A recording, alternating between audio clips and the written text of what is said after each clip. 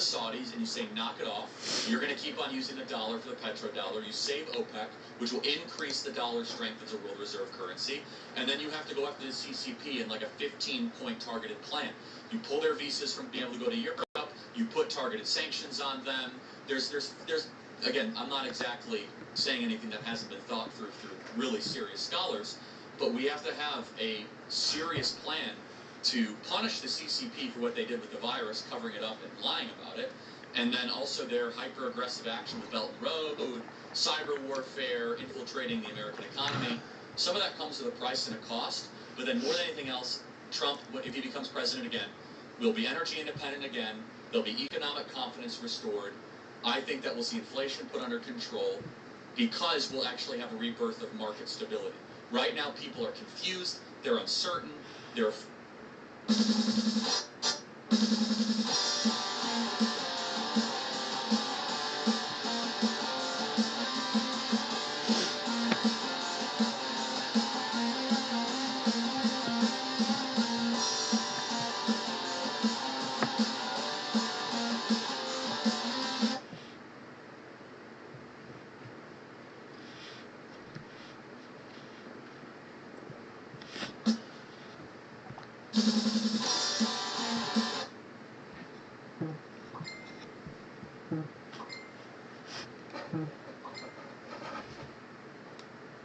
This is not lost on Donald J. Trump, and Taiwan will not happen that way. Taiwan won't happen that way.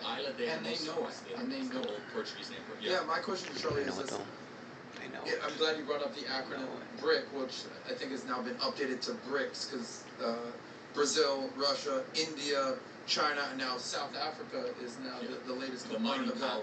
The mighty power of South Africa.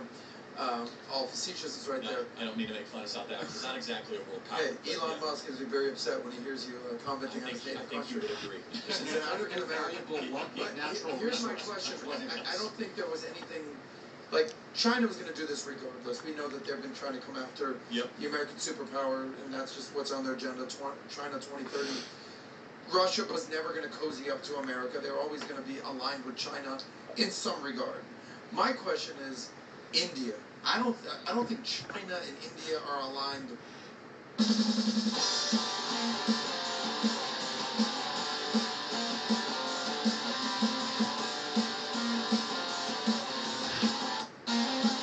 What's that all about?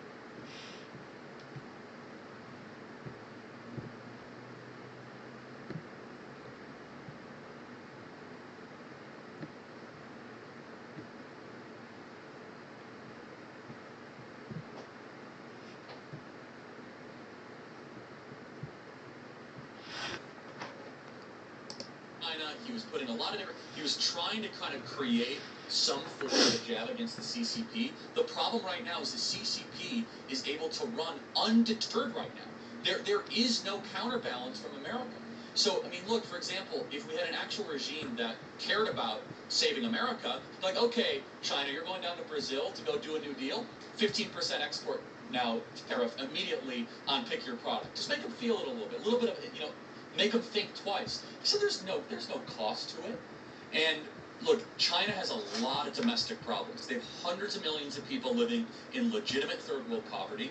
Despite the appearance that Xi Jinping puts on like he's the most popular leader ever, there's legitimate dissent against the CCP. The CCP is run by a group of mobsters and thugs with no more than 5% of the popular support. And so they got their own ticking time bomb. They have ghost cities, they manipulate their currency, they have bank runs that happen far too often, they suppress a lot of the news there, they're not a free society, they think they can kind of do this Marxist Orwellian digital surveillance state. I actually think that's unsustainable. I think it's going to break eventually. I could be wrong. And so China likes to posture as this really strong man. we could destabilize the Chinese Communist Party in 9 months with a proper president. The question is, do we want to? The only question then is, why don't we? It's because they've captured our elites. And they call it elite capture in Mandarin. They have purchased the head of the NBA.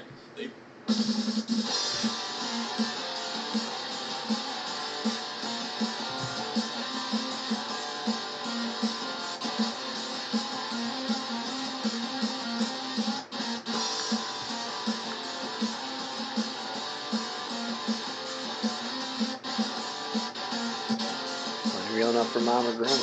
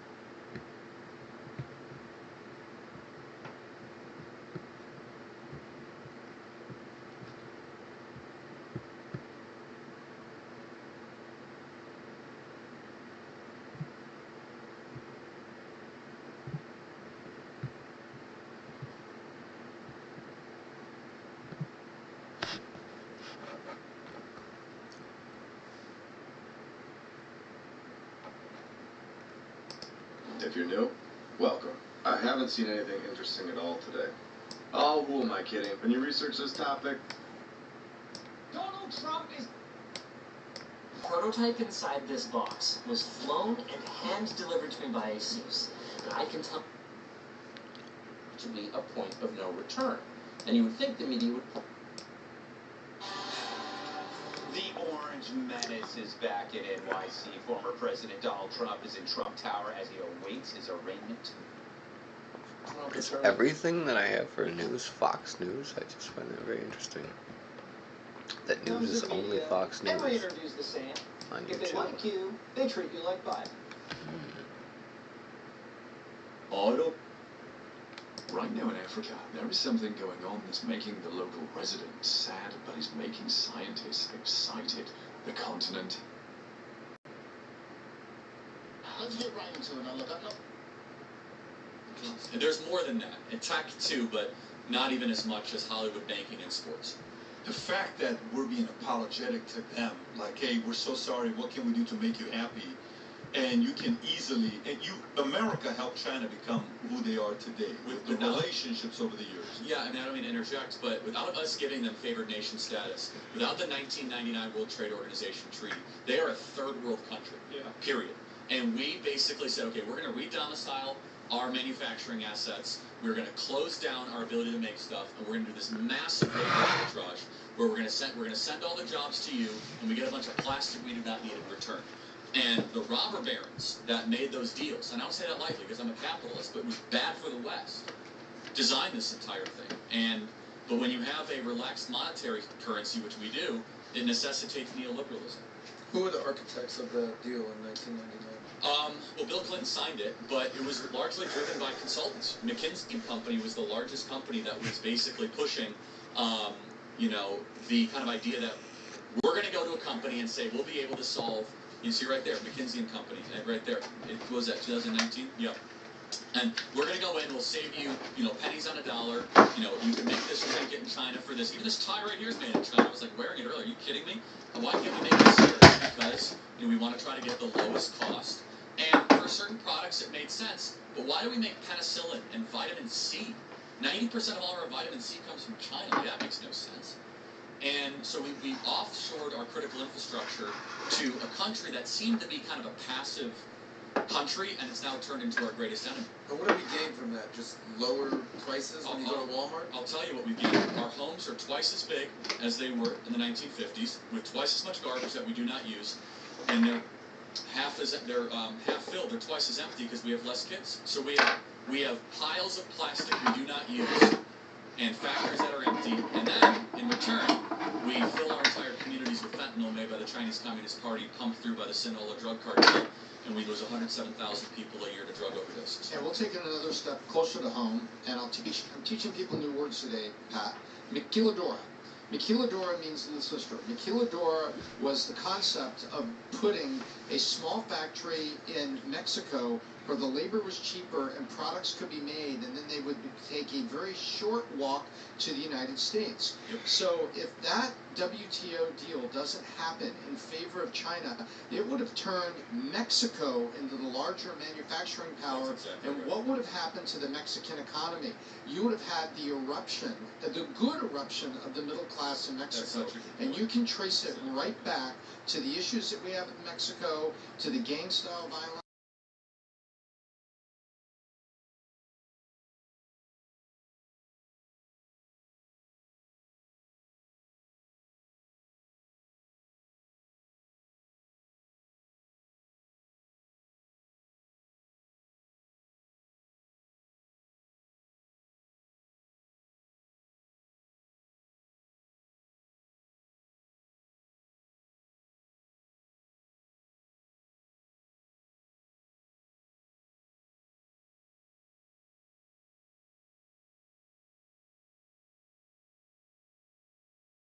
I want markets to point towards something virtuous and good, and not every deal you do is going to always be in that proper context. The Chinese Communist Party deal is a bad deal, and the people that defend it, it's indefensible. I mean, what we have as a casualty is we have become more in like an owned and operated colony of the CCP. It's breakable. It's breakable for many reasons because we still have a free society and they don't. The fact we have somewhat of a free society is our great competitive advantage. That right there is how we beat them. If you unshackle the American entrepreneur, we run circles around these people. Because you cannot possibly quantify or measure 20 or 30 million free people taking risks. That will beat a CCP oligarch every day. That's a planned economy. Now, they have a mixed economy, but they still are not figuring out entrepreneurship there because they have to control, they have to confiscate wealth. It's still fear-based. It's still fear-based. A true free society economically could destroy these guys in a decade. And what you don't realize is you're seeing a reflection of 1950s and 60s Soviet Union, where they tried to put in place these 5-year economic plans centered around crop plans and agriculture.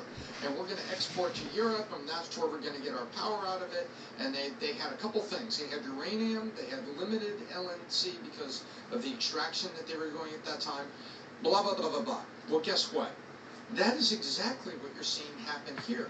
Is these limited economic plans that are based on control of the populace, the labor force, are not working for China just the same way they didn't work for the Soviet Union. Can I ask you a question, Pat? Because I know this is something that's near and dear in your heart. Obviously, you know, entrepreneurship, capitalism, the backbone of what Valuetainment is all about. You've interviewed, whether it's General Robert Spalding, countless people that, what's the one gentleman that you've had multiple times?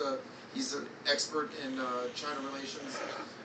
Gordon Chen. Gordon Chen, correct. He's excellent. So when you say that China is fear-based, and Charlie corrected out, you have 20, 30 million entrepreneurs here in America that can spur American exceptionalism again. Great economic. Where do you when you say fear-based for China versus? I'll give you a perfect example. So if I go to TSA pre to get my TSA pre card, you're in fear. Because you're dealing with a government organization, customer service is non-existent. The lady's talking to me as if I work for her. I told you to be here 15 minutes ago. I'm like, you gotta be kidding me. I'm driving off. Are you serious? I said, yes. I told you. I'm like, wow. Then go to Clear. You go to Clear. You know how they'll talk to you? Oh my God, thank you so much for coming, and thank you for this, and thank you for that. Grab a bottle of water. So Clear will give you customer service because they want your business. TSA pre knows you don't have a choice. You best respect us, right? Fear free. TSA fear, Clear, the free. America is free still. China is fear. You're afraid walking around. You got to make that guy happy, this guy happy, that guy happy, this guy happy. It's all about that. This is why by the way, earlier question I asked of you guys, and I asked Charlie, Kelly, you can just bring it up. Earlier question I asked of Charlie, I said, what would happen to America today if Elon doesn't buy Twitter if Spotify doesn't drop, if Spotify drops Rogan, let's say, and a Rumble isn't there, what would happen? Entrepreneurs are going to fix 95% of the world's problems. Because in climates like this, you don't think YouTube in their board meetings are talking about Rumble right now? What do you think they're talking about? You don't think Facebook and YouTube and all those guys are sitting there pissed off at Elon for allowing freedom of speech? You don't think YouTube and all the Silicon Valley people are not pissed off at Sweden? Daniel, for not dropping Rogan? How dare you not drop Rogan? How dare you not drop Rogan? Capitalists expose bad arguments, and that's what's happening right now. So if you like this clip and you want to watch another one, click right here. And if you want to watch the entire podcast, click right here.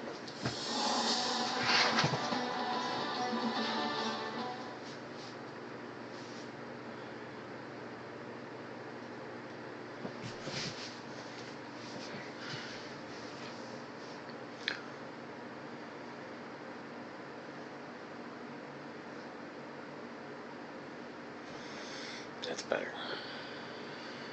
Let's get right into it. Now, look, I know everybody want to talk about Trump, but first, let's talk about the opposite of Trump.